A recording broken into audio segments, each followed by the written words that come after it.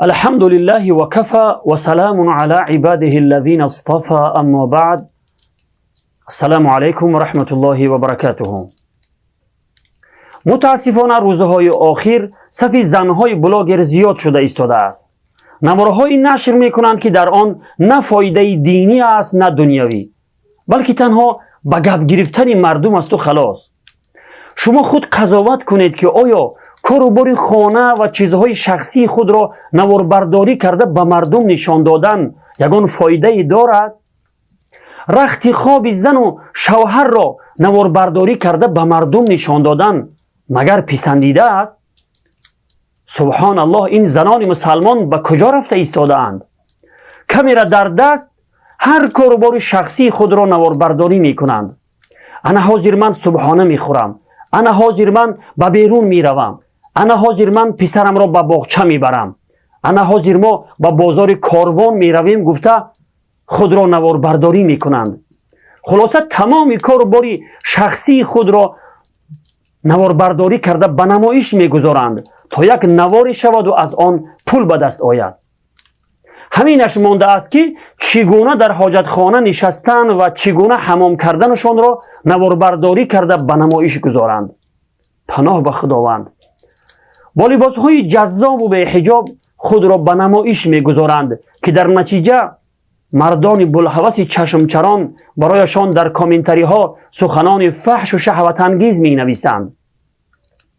قسم به خدا که شما امروز این قدری که کردید، آینده شما را دیده دیگر دخترها خود را برهنه کرده نشان می دهند. چطوری که الکی بعضی دخترهای تاجیک چنین کرده ایستاده اند. ولی شما فراموش نکنید که به قدر گناهان آنها شما هم گناه می گیرید و در گناه آنها شما هم شریک می شوید. چون که سببگار آن همه بی حیایی ها شما بوده اید و شما این کار را آغاز کرده اید. از همه بدترش آن است که بعضی آنها قصه ها و سرگذشته های خودبافته و دروغین ثبت کردن نشر می کنند. براستی گویم پورنوراسکاز نقل می کنند. پناه به خداوند. برای جالب شدن این نوار، نام نوار را چنین می گذارند که از آن بوی فتنه می آید. بینگرید که چی می نویسند. دختر شب و روز در آغوشم بود، جورم بزنی گرفتش. شوهرم کلین خانه منو تجاوز کرد. رئیسم منو در 16 سالگی تجاوز کرد. العیاذ بالله. بزمی چنین نامگذاری های حرام در روی نوارهایشان رسمهای مبتذل و بی‌حیایی میگذارند.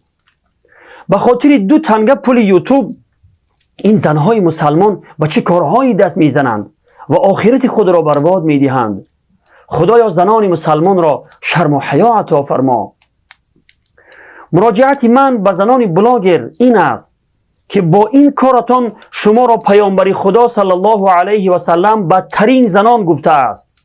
آیا این را می دانید؟ خوب گوش اندازید که پیامبر خدا صلی الله علیه و سلم برای شما چی می فرماید.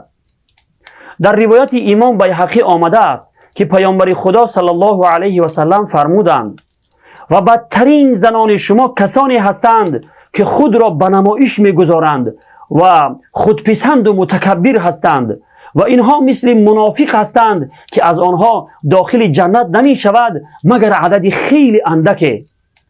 روایت بیهقی.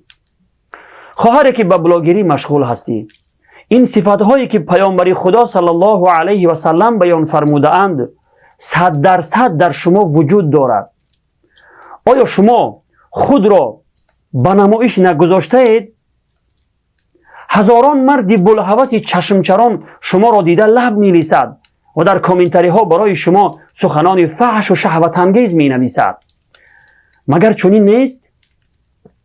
وقتی به شما نصیحت کرده شود از روی غرور و تکبری می گویید کار خودت را کن، یا می گویید رفته زن و خواهر خودت را نصیحت کن. مگر این متکبری نیست؟